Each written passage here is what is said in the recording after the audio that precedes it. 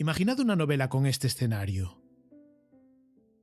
Estamos en diciembre de 1870 en el Jardin des Plantes, el Zoo de París, un zoo diezmado en el que apenas quedan animales. Primero se llevaron los ciervos, luego los canguros y camellos, más tarde las cebras y lobos. Se los han llevado para comérselos. Hace 3 meses que los prusianos tienen sitiada la ciudad. No hay carne disponible y el hambre hace estragos. Los últimos en ser sacrificados son los 2 queridos elefantes del zoo, Castor y Pollux. En el momento de su muerte, su cuidador llora desconsolado sobre los cuerpos sin vida de los elefantes. Después de la desaparición de Castor y Pollux, en el zoo de París apenas quedan los simios. Un comentarista de la época escribe: a los monos se los mantiene con vida por una vaga noción darwiniana de que son parientes nuestros, o al menos parientes de algún miembro del gobierno. Hay que recordar que el gobierno es quien está a cargo del zoo, y hay que recordar que los elefantes solo van a alimentar a los ricos. Sigue habiendo muchos ricos en París, pero ¿de qué les sirven sus billetes si no pueden canjearlos por comida? Así que el zoo les vende los elefantes a los restaurantes más exclusivos de la ciudad. Esa Navidad, en sus menús aparecen platos como consomé de elefante o filete de paquidermo. Sin duda, el momento en que los parisinos matan a los animales del zoo para comérselos es uno de los más bajos de la historia de la ciudad. Pero, como suele pasar, tras tocar fondo, llegará una época de esplendor. El esplendor se deja ver hasta en su propio nombre, la Belle Époque. Una era marcada por los avances científicos y tecnológicos, representados en un monumento único, la Torre Eiffel. Por esos años se inicia también la construcción de otro edificio que marca el perfil de París, la Basílica del Sacré-Cœur. El Sacré-Cœur se alza en la colina de Montmartre, llamada así porque allí le cortaron la cabeza al mártir Saint-Denis, que luego caminó 6 kilómetros con ella en la mano dando un sermón. En aquella colina había estallado la rebelión que derivó en la Comuna de París. Para los socialistas y anarquistas, la construcción de una basílica católica en el lugar es un intento de borrar la memoria revolucionaria y, por tanto, un símbolo claro de conservadurismo. La Belle Époque oscilará entre los 2 polos que representan estos 2 monumentos: el progreso y la reacción, la ciencia y la fe, el futuro y el pasado. En ese espacio físico y metafórico entre el Sacré-Cœur y la Torre Eiffel habitará una de las grandes figuras de la Belle Époque. Considerada en su día la mejor escritora de Francia, nadie vendió más que ella hasta la llegada del Principito. ¿Pero creéis que fue feliz? Cuando en 1951, siendo una anciana, grabaron un documental sobre su vida, dijo una frase conmovedora: «Qué vida más hermosa he tenido. Qué pena que no me haya dado cuenta antes». Y es que, a veces, los escritores tienen vidas de novela, y no siempre de las felices. Hola, soy Javier Peña y esto es Grandes Infelices, un podcast de Blackie Books, y en esta temporada queremos hablaros de la vida de autores ligados a una ciudad. En el episodio de hoy os vamos a contar la historia de Colette a través de París y una historia de París a través de Colette.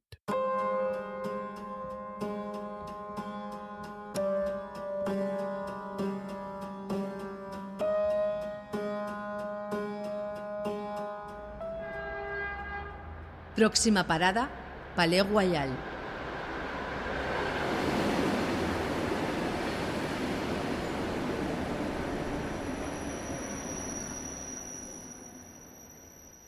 Comencemos nuestra historia de Colette y la Belle Époque en el verano de 1900, el verano en que circuló por primera vez el metro en París.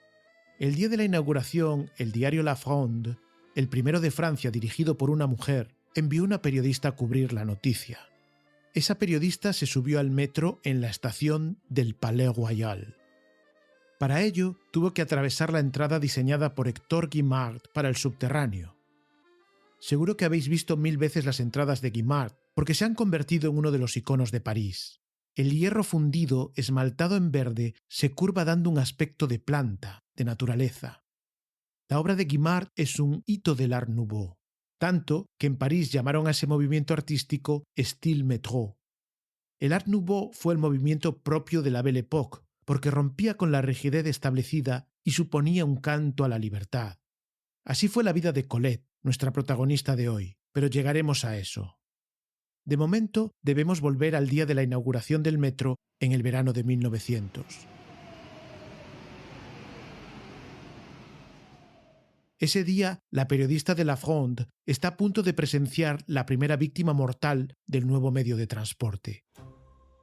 Un pasajero despistado intenta salir por el lado erróneo del vagón y se salva por poco de caer a la vía y electrocutarse. Es probable que la periodista viese también a alguien con el libro de moda en la mano. Y es que en verano de 1900, todas las librerías de París vendían sin parar un libro sobre un adolescente rebelde titulado Claudine en la escuela. Lo firmaba un tal Henri Gauthier-Villard, más conocido como Willy. El libro estaba estructurado como una especie de diario narrado por un adolescente de 16 años. Willy demostraba una gran destreza para introducirse en la cabeza de una protagonista tan distinta a él, un señor que superaba los 40 años. La voz de Claudine era algo así. Durante la semana de imprevistas vacaciones que nos valió este jaleo, cogí el sarampión. Me vi obligada a pasar 3 semanas en la cama y 15 días de convalecencia. Y bajo el pretexto de seguridad escolar, se me tuvo en cuarentena durante 15 días más. ¿Qué hubiera sido de mí sin los libros y sin mi gata Fanchette? Esto que digo no es amable para papá, que me cuidó como a un raro ejemplar de babosa.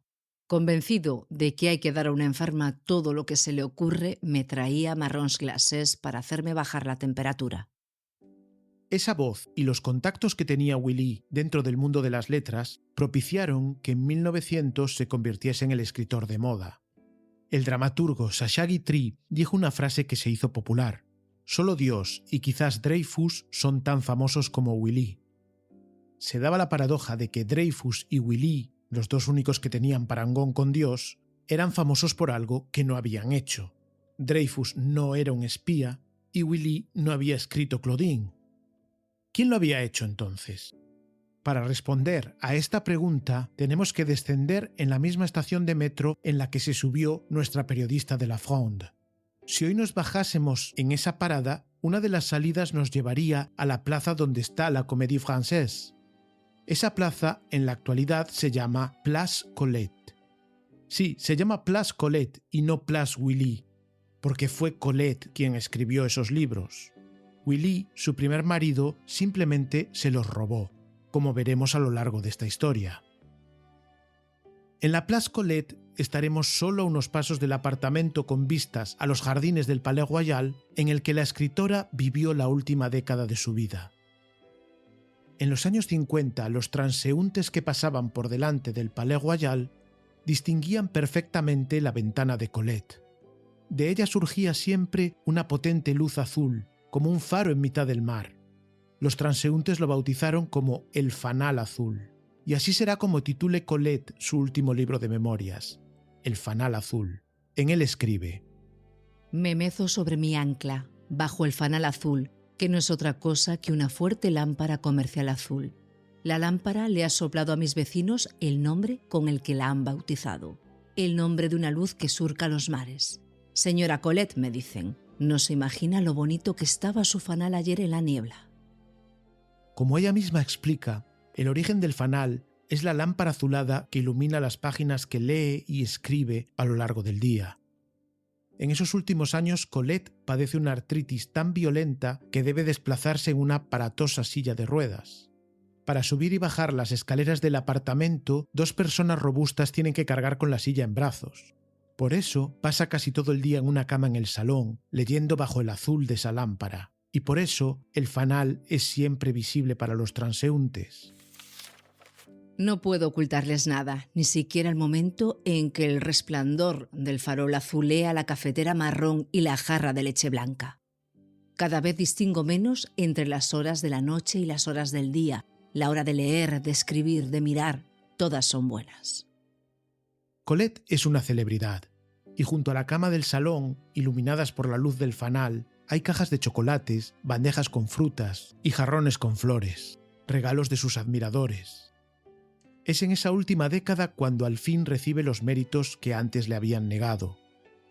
La nombran miembro de la Academia Goncourt, que Edouard de Goncourt instituyó con la orden de que nunca hubiese mujeres en ella. Colette no solo se saltará esa norma, será la primera mujer en presidir la academia. Sus obras completas se publican en una edición de lujo que contiene 7.000 páginas. ¿He escrito yo todo esto? Dice al ver los tomos. ¿Es posible que haya escrito yo todo esto? Y a veces incluso me atrevo a pensar que no está tan mal. Y cuando en 1952 François Mauriac gane el Nobel, una de las primeras cosas que hará será llamar a Colette para decirle que ella debía haberlo recibido en su lugar. Es entonces cuando dice que ha tenido una vida hermosa y que lamenta no haberse dado cuenta antes. Quizás, en ese momento, piense que se puede morir tranquila. Pues sabéis una cosa, estaba equivocada. Porque a su muerte, el arzobispo de París se negará a organizar un funeral católico en honor de Colette. Graham Greene, indignado, iniciará una batalla dialéctica con el arzobispo. ¿Pero por qué le niega el funeral? ¿Qué ha hecho Colette que resulta tan ofensivo? Debemos retroceder ahora 47 años para explicarlo. Próxima parada, Moulin Rouge.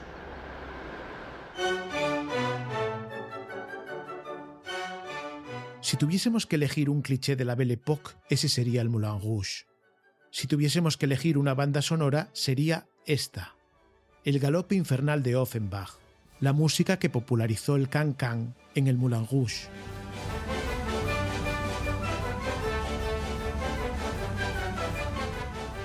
Todos la hemos escuchado 1000 veces y todos hemos imaginado a la Gulli, a quien tantas veces pintó Toulouse-Lautrec, bailando la melodía.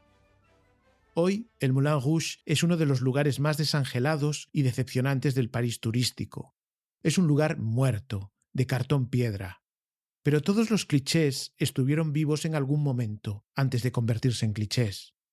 Y el Moulin Rouge era al principio del siglo XX uno de los lugares más vivos de París.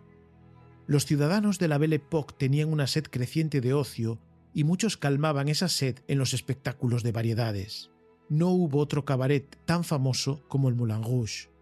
Y Colette jugó un papel importante en dotar al lugar de su fama, y podríamos decir también de su mala fama. En enero de 1907, el Moulin Rouge acogió la representación de una obra titulada El sueño de Egipto. La protagonizaban Colette y otra mujer que respondía al nombre artístico de Missy. Missy interpretaba a un arqueólogo y actuaba vestida de hombre. Colette hacía el papel de una momia egipcia ataviada con un vendaje transparente que no dejaba mucho a la imaginación. En un momento de la obra, la momia bailaba, se quitaba su vendaje y con los pechos descubiertos besaba a Missy. El contenido era lo suficientemente transgresor por sí mismo, pero los dueños del Moulin Rouge vieron una oportunidad de hacer negocio y optaron por amplificar la polémica. Decidieron colocar el escudo de la familia de Missy en los carteles del espectáculo. Y es que Missy, aunque siempre a través de lazos ilegítimos, tenía un vínculo directo ya no con la nobleza, sino con la realeza. Por vía paterna estaba emparentada con Napoleón III y Luis XV, por vía materna con los Romanov. Cuando los dueños del Moulin Rouge usaron el escudo de la familia de Missy para promocionar el show, sus parientes y parte de la nobleza parisina montaron en cólera. No podían dejar pasar ese ultraje. La tradición volvía a enfrentarse con los nuevos tiempos. Siempre había un Sacré-Cœur para cada Torre Eiffel. Los nobles compraron todos los asientos delanteros el día del estreno y contrataron a 150 matones a sueldo. Cuando se levantó el telón, comenzaron a arrojar a Colette y Missy cáscaras de naranja, dientes de ajo, monedas, cojines. Ellas aguantaron el chaparrón como pudieron y continuaron con el espectáculo. La orquesta intentaba acompañar con música a las actrices, pero los matones la callaban gritando «¡Abajo las lesbianas!». Willy, que entonces seguía casado con Colette, ocupaba un asiento en la sala. Eso sí, había aparecido en el Moulin Rouge con su nueva amante, lo que da una idea de lo poco convencional que era la pareja. Pero a los matones les daba igual, y al terminar la obra rodearon a Willy y empezaron a gritarle «¡Cornudo, cornudo, cornudo!». Willy les golpeó con su bastón buscando la salida. La policía intervino y se desató una batalla campal. Esa obra, ese escándalo, perseguirá a Colette hasta el momento de su muerte, y más allá, porque ya hemos visto que el arzobispo no quiso celebrar un funeral por ella. Años más tarde, cuando empezó a colaborar en el periódico Le Matin, uno de sus editores renunció porque se negaba a compartir el trabajo con esa actriz circense. Su segundo marido se presentó como candidato al Senado y el pasado de Colette estuvo a punto de hacerle perder la elección. Cada vez que alguien la proponía para un honor, otra persona decía: «¿Pero qué dices? Si actuó con los pechos al aire». El escándalo fue tan grande que Willy trató de desligar su nombre del de su esposa, porque peligraba su empleo como crítico musical. Le dijo a la prensa que estaba separado de facto de Colette y 5 días más tarde presentó la demanda de divorcio. Willy era un cobarde. Lo que no contó era que él era uno de los autores de la obra El sueño de Egipto y había participado en todos los ensayos. A Colette no le preocupaba demasiado el divorcio, pero a su madre sí, sobre todo porque se enteró a través de los periódicos. Le envió una carta furiosa. No me escribes y yo no puedo seguir así. No confías en mí. ¿Tú crees que todas estas historias nos dejan fríos? La carta terminaba con un consejo. Hay una cosa que deberías saber. La única persona con la que puedes contar en este mundo eres tú misma. Lo cierto es que a partir de entonces Colette le hará caso a su madre y el resto de su vida hará lo que le venga en gana. Pero antes de eso debemos volver atrás y preguntarnos de dónde había salido ese Willy y cómo se había generado toda esta historia. Próxima parada, Torre Eiffel.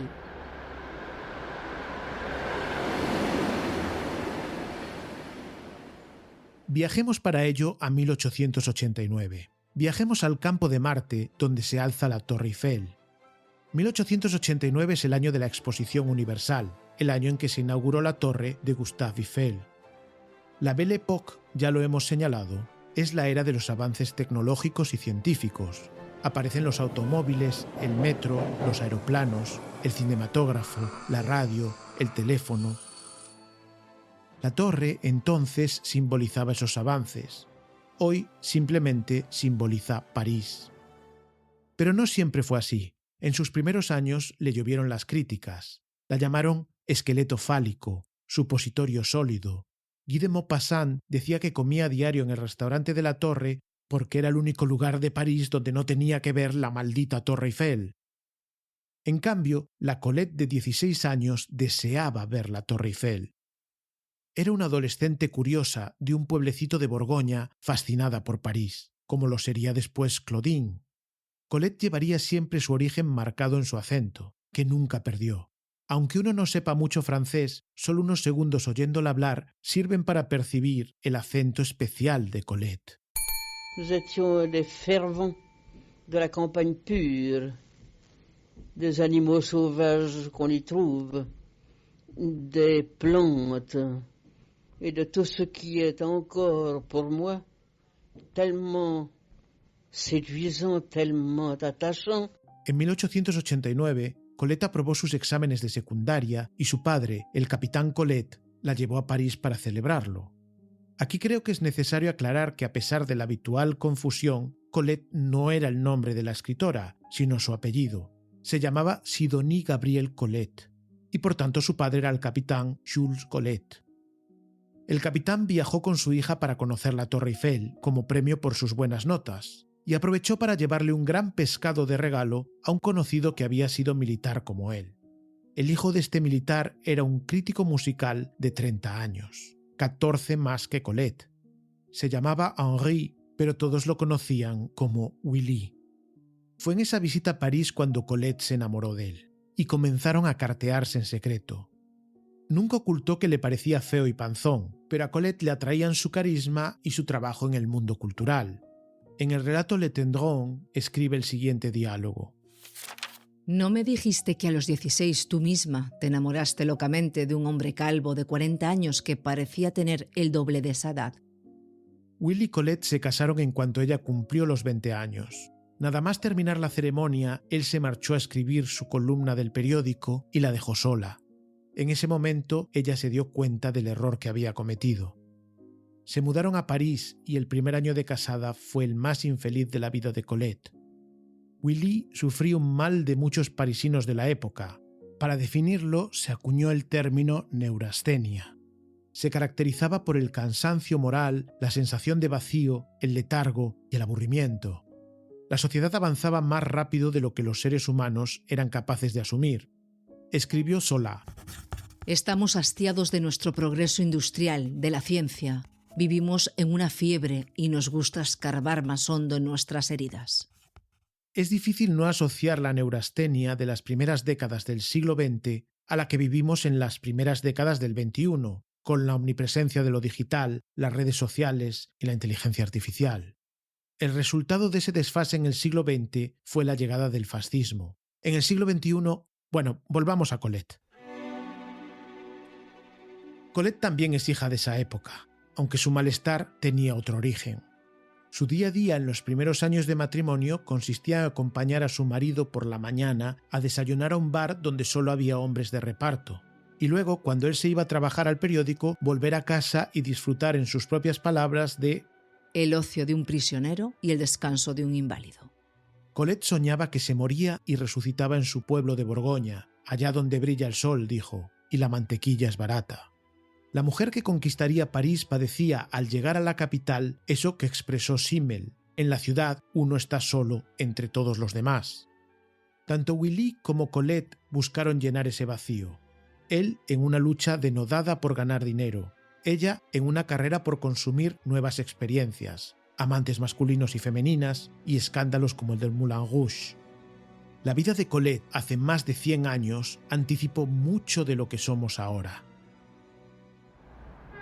Próxima parada, Rue de Courcelles.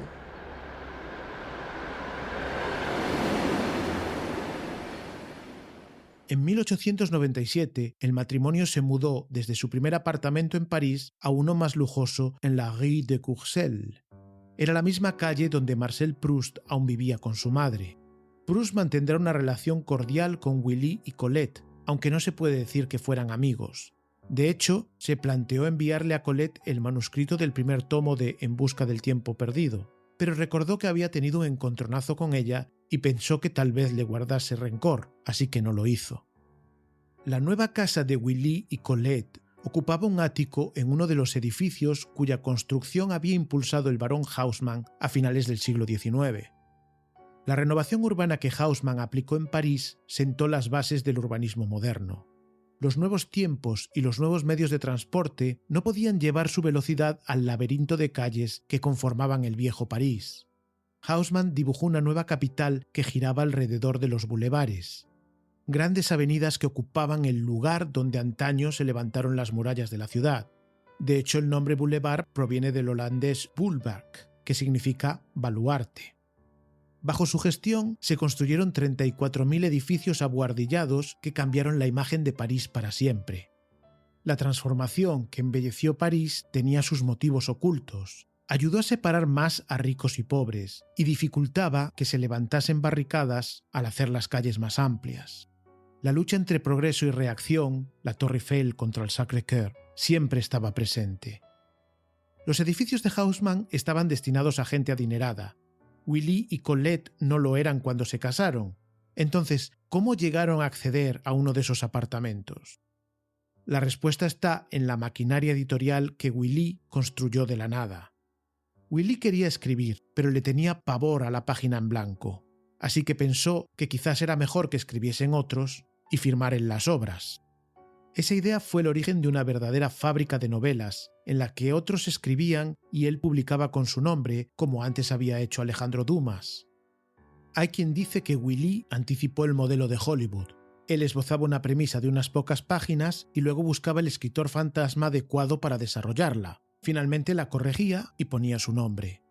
Otros dicen que anticipó la fábrica de Warhol, ya que gran parte de los jóvenes aspirantes a artistas lo rondaban en busca de una oportunidad. Uno de los escritores de esa fábrica de novelas dijo: Hice mi debut literario llamándome Willy. Si hubiese publicado mi novela con mi nombre, habría vendido con suerte 3.000 ejemplares. Como la publiqué con el suyo, vendí 200.000. El negocio de Willy prosperaba, pero Colette se aburría mortalmente. Se le ocurrió una idea. Escribiría también ella una novela para la fábrica. Willy dijo, ¿por qué no? ¿Y si tenía algún talento? Colette llenó varios cuadernos con su novela. La escritura la salvó del tedio. Cuando la terminó, se la dio a Willy, que hizo una lectura rápida evitando perder demasiado tiempo con eso que había hecho su mujer. Luego dijo: estaba equivocado, no hay nada aquí que valga la pena, y guardó los cuadernos en un cajón. Colette regresó al aburrimiento que la aplastaba.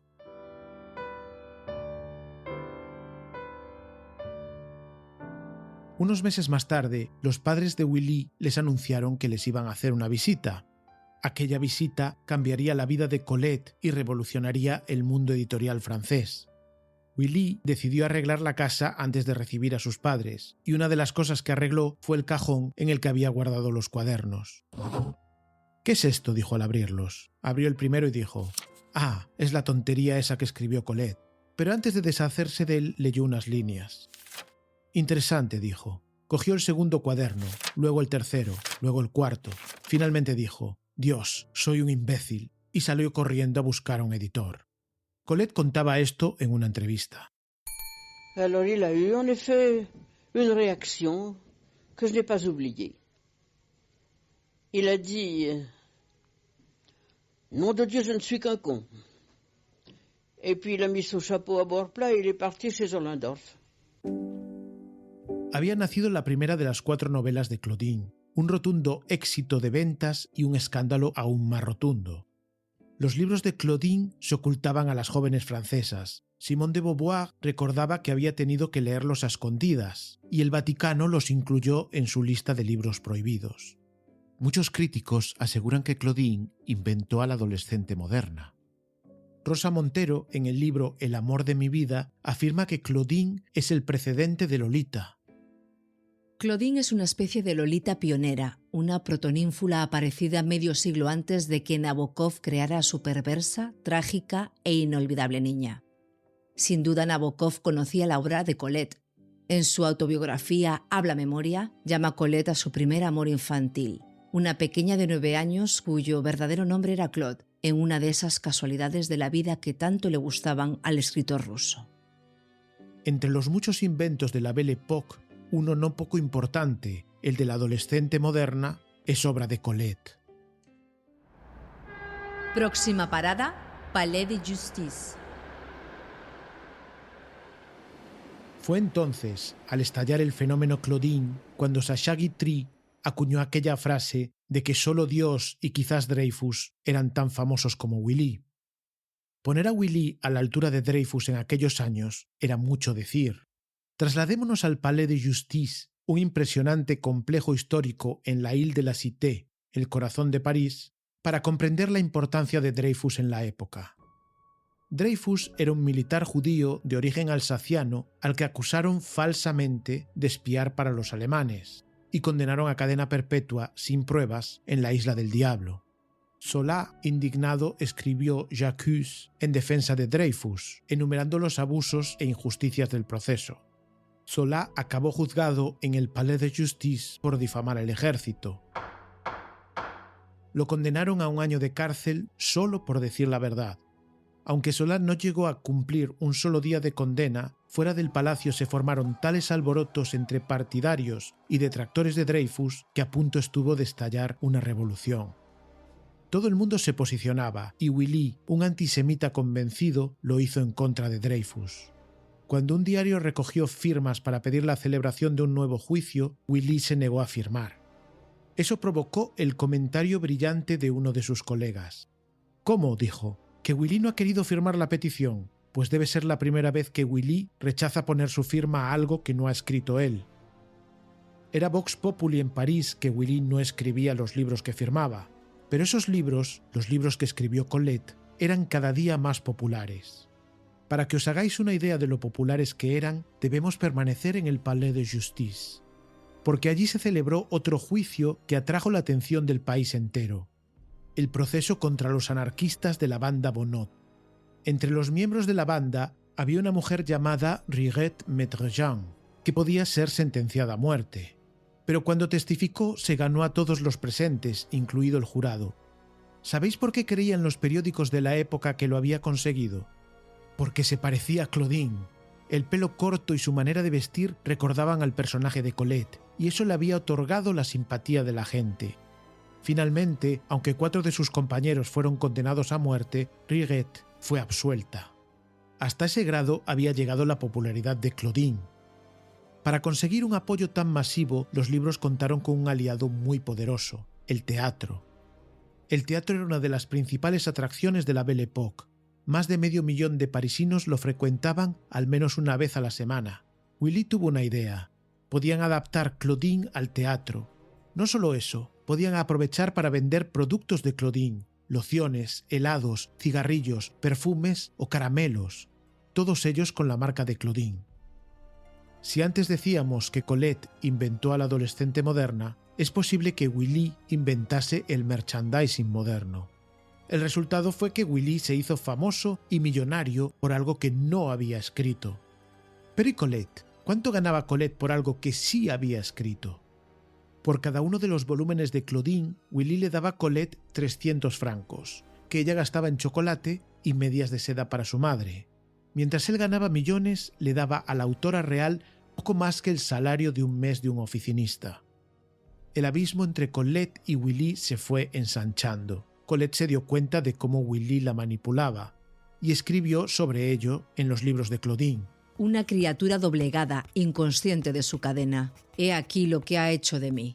Trastornada busco obstinadamente en nuestro pasado de jóvenes esposos un recuerdo que pueda engañarme de nuevo, que me devuelva al marido que creí tener. Nada, no encuentro nada, excepto mi sumisión de niña apaleada y su sonrisa de condescendencia sin bondad. Había llegado el momento de liberarse. Próxima parada, Boulevard Poissonnière. En 1910, Colette comenzó a trabajar como periodista para el diario Le Matin. Primero lo hizo con seudónimo para no ofender a los suscriptores. Su nombre estaba vinculado al escándalo, pero pronto empezó a firmar con su propio nombre. La sede de Le Matin se encontraba en el Boulevard Poissonnière, una de las arterias del barrio de la prensa parisina.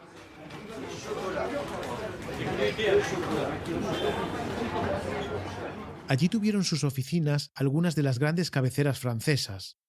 Cuando Le Matin fue clausurado después de la guerra por colaboracionista, se instalaron en el mismo edificio los diarios de izquierdas L'Humanité y Libération. La Belle Époque no habría sido igual sin la influencia de la prensa escrita, que tenía entonces más poder que nunca, y Colette, que era la Belle Époque hecha carne, fue parte de ello. Cubrió combates de boxeo de Keith Louis, viajó en dirigible y siguió etapas del Tour de Francia. Informó sobre una banda de ladrones que se escondía en un garaje. Cuando llegó la policía y dinamitó el lugar, a Colette la cegó el humo y estuvo a punto de morir aplastada por la estampida que provocó la explosión.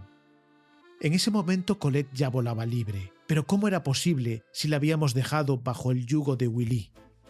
La liberación de Colette llegó con el suceso más insospechado, la muerte de su gata. Colette tenía 2 mascotas, un bulldog francés diminuto llamado Toby y una gata de Angora llamada Kiki. Pero Kiki falleció y Colette, desolada, escribió un libro en busca de consuelo. Lo tituló Diálogo de animales. En el libro Kiki y Toby intercambian confidencias. Como era tan personal y peculiar, a Willy no le apetecía mucho firmarlo y no se opuso a que llevase el nombre de Colette. Tal vez no calculó que Colette, tras ese precedente, se iba a negar a que él siguiese firmando sus obras. Escribió en Diálogo de animales. Ya he tenido suficiente. Quiero hacer lo que me dé la gana. Quiero subirme a un escenario, convertirme en mimo, incluso en actriz. Quiero bailar desnuda si siento que un leotardo coarta mi estilo. Quiero retirarme a una isla o pasar mi tiempo en compañía de mujeres que viven de sus encantos. Colette era también excelente prediciendo el futuro, porque salvo lo de retirarse en una isla, todo lo demás lo acabó cumpliendo. A partir de entonces empezó a luchar porque los libros de Claudine llevaran su nombre, por una simple razón, porque ella los había escrito. Oui, je l'espérais. Il fallait bien que je l'espère. Je n'ai pas dit que je l'espérasse. Fais attention, n'est-ce pas? Oui, je l'espérais. Il fallait bien, il fallait louer, il fallait vivre, je n'avais rien. C'est une des raisons pour laquelle vous avez été amené à écrire ce livre et surtout pour laquelle vous avez défendu votre signature. Oui, ce n'est pas pour cette raison-là encore que je l'ai écrit, mais c'est pour cette raison-là que je l'ai défendu. Willy respondió a la ofensiva de Colette escribiendo una novela en la que se acusa a un personaje femenino de lesbianismo. El personaje se llama Claudine y obviamente es un remedo de la escritora. Dice Willy: No soy un Adonis, pero me da lo mismo lo que las mujeres piensen de mí, incluyendo a Claudine. Sé perfectamente cuál es su juicio, pero no significa nada, porque como todo el mundo sabe, a ella le importan muy poco los hombres. Colette no se quedó callada y le mandó una indirecta evidente en el título de la cuarta novela de Claudine. La llamó Claudine se va. La Belle Époque fue también un momento de auge del feminismo y de reacción contra él. De nuevo, la Torre Eiffel contra el Sacré-Cœur. Colette fue pionera en muchas cosas, por ejemplo, en llevar el pelo corto, pero cuando la familia de Willy se escandalizó, se inventó que se lo había quemado en un accidente con una lámpara de queroseno. Quizás lo inventó porque no quería que la identificasen como feminista. Las criticaba ferozmente, dijo de las sufragistas que merecían el látigo y el harén. Una frase difícil de asumir y que aún hoy arroja una sombra sobre ella. Es curioso porque pocas mujeres tan liberadas había en la época como Colette. Años más tarde, Simone de Beauvoir conocerá a la escritora. Entonces de Beauvoir estaba escribiendo El segundo sexo, y para ella Colette era todo un referente del feminismo. Así se la describe a Nelson Algren. Imagino que has oído hablar de Colette. Es la única gran escritora francesa de verdad. Una escritora realmente genial. Alguna vez fue la mujer más hermosa. Bailó en music halls, se acostó con muchos hombres, escribió novelas pornográficas y luego buenas novelas. Amó el campo, las flores, los animales y hacer el amor. Y también amó la vida más sofisticada. Se acostó con mujeres también. Ahora tiene 75 años y todavía tiene los ojos más fascinantes y una agradable cara de gata. Está muy gorda, impotente, un poco sorda, pero puede contar historias, sonreír y reír de una manera que nadie se imaginaría en mujeres más jóvenes y bellas. Yo estaba enamorada de ella a través de sus libros cuando era niña, así que verla significó algo para mí. Las contradicciones de la Belle Époque estarán siempre presentes en Colette. Cuando se firma la ley que separa oficialmente la Iglesia y el Estado en Francia, Willy y ella se enzarzan en una agria discusión. Colette está en contra. Ella, que vive de espaldas a todas las doctrinas de la Iglesia, está en contra de que Francia sea laica. Colette no creía que apoyar posiciones conservadoras significase necesariamente tener que vivir de acuerdo a ellas. Después de Claudine se va, Colette efectivamente se fue. Se quitó de encima a Willy, pero le quedaba por vivir la mayor de sus traiciones. Willy, el hombre que solo ansiaba el dinero, acabó arruinado. Como dice esa broma, ¿por qué siempre se arruinan los que ganan la lotería? Porque si supieran gestionar el dinero, nunca habrían jugado a la lotería. Probablemente Willy amaba tanto el dinero porque no sabía gestionarlo. Y para saldar sus deudas vendió algo que no le pertenecía, los derechos de los libros de Claudine. Los vendió por una miseria, 7.400 francos, el gran éxito del inicio del siglo vendido por un puñado de billetes. Por culpa de eso, Colette no alcanzará una verdadera estabilidad económica hasta los últimos años de su vida, porque Willy le había robado lo que era suyo.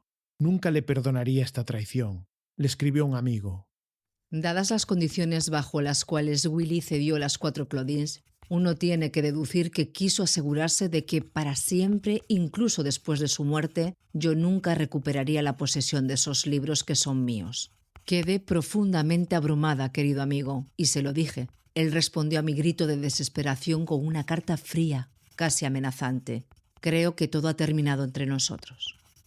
Colette publicó una novela titulada El vagabundo, en la que una mujer que se parece a ella se ha divorciado de un marido tiránico y mentiroso.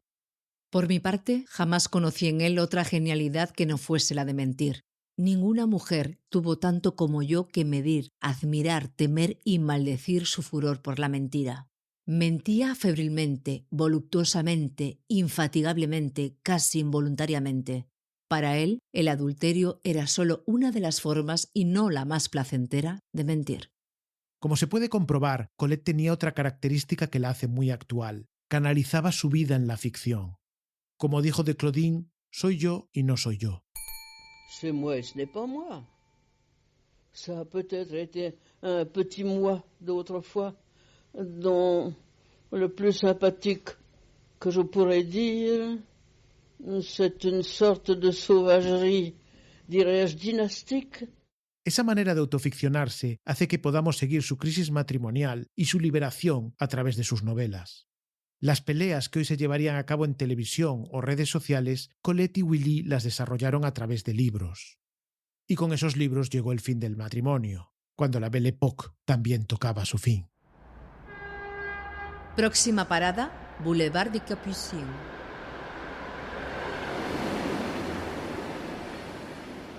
El fin de la Belle Époque supuso el fin de la fortuna de Willy. Sus últimos años fueron una continua caída en el abismo. Terminó sumido en la pobreza.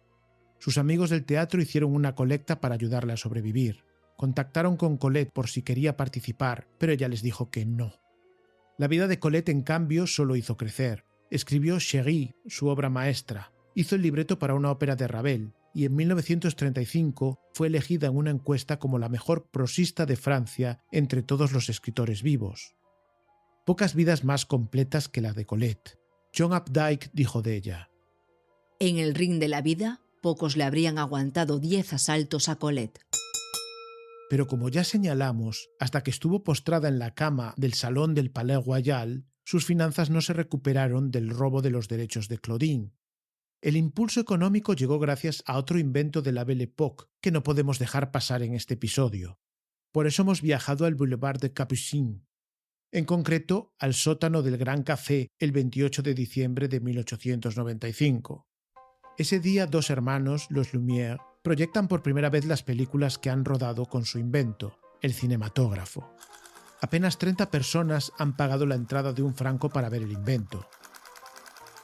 Esas 30 personas se llevan un buen susto cuando una imagen de un tren que entra en la estación les parece tan real que temen acabar arrollados por el ferrocarril.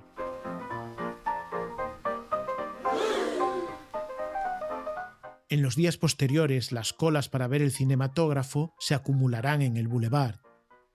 Colette será un amante del invento de los Lumière, en especial del cine mudo, pero será el cine sonoro y una película en particular la que le devolverá la posición que Willy le había robado. Colette escribió una novela titulada Gigi y le vendió los derechos a Hollywood.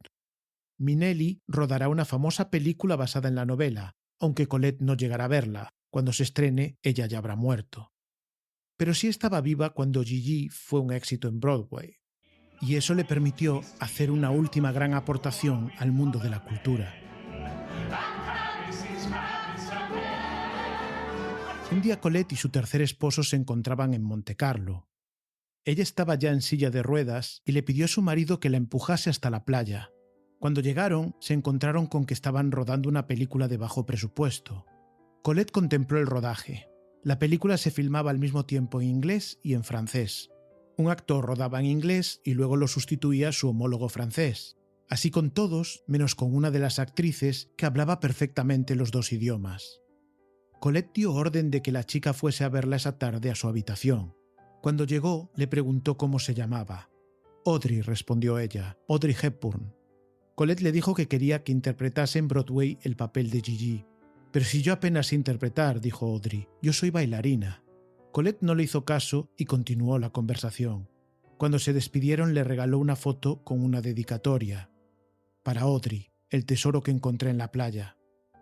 A la semana siguiente, el equipo de Gigi le hizo una prueba a Audrey. Aunque la prueba fue bastante mala, se fiaron de la intuición de Colette.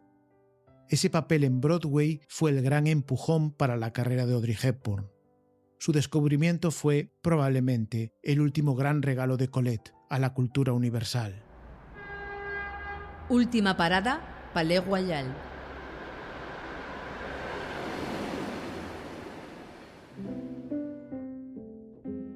Debemos terminar ahora este recorrido por París y la Belle Époque en el mismo lugar en el que lo comenzamos, el Palais Royal.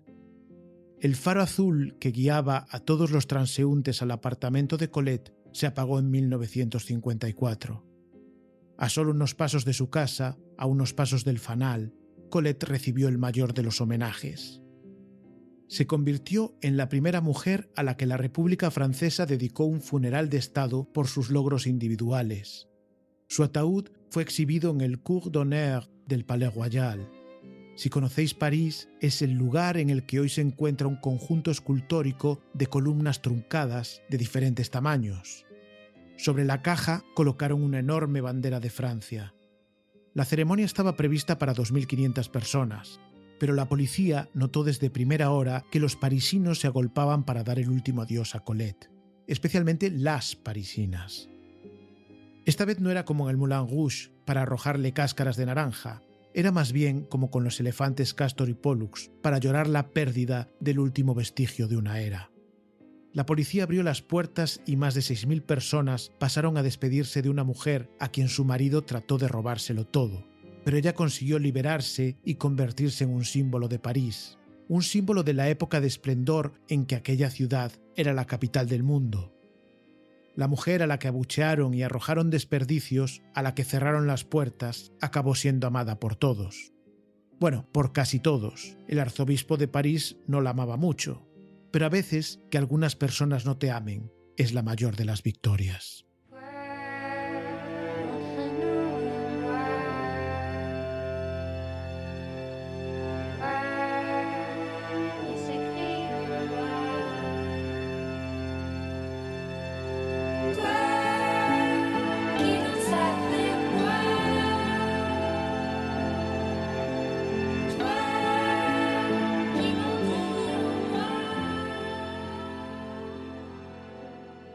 Y hasta aquí nuestra historia de Colette y París. Y hasta aquí también esta temporada de Grandes Infelices en la que hemos tratado de vincular a escritores con sus ciudades. Pero lo bueno es que las historias no se acaban nunca. Y si queréis saber más cosas de Colette, podéis suscribiros en grandesinfelices.com. Y en las próximas semanas iréis recibiendo los extras de este y todos los episodios de la temporada, con anécdotas, citas, imágenes y la bibliografía. Y si os sentís huérfanos de Grandes Infelices, podéis seguir leyendo historias de escritores en el libro hermano del podcast, Tinta Invisible, que está a la venta en España, Italia y Latinoamérica. Nosotros prometemos volver con otra temporada siempre que no seamos demasiado felices como para perder el tiempo haciendo podcast. Nos escuchamos en la próxima temporada de Grandes Infelices.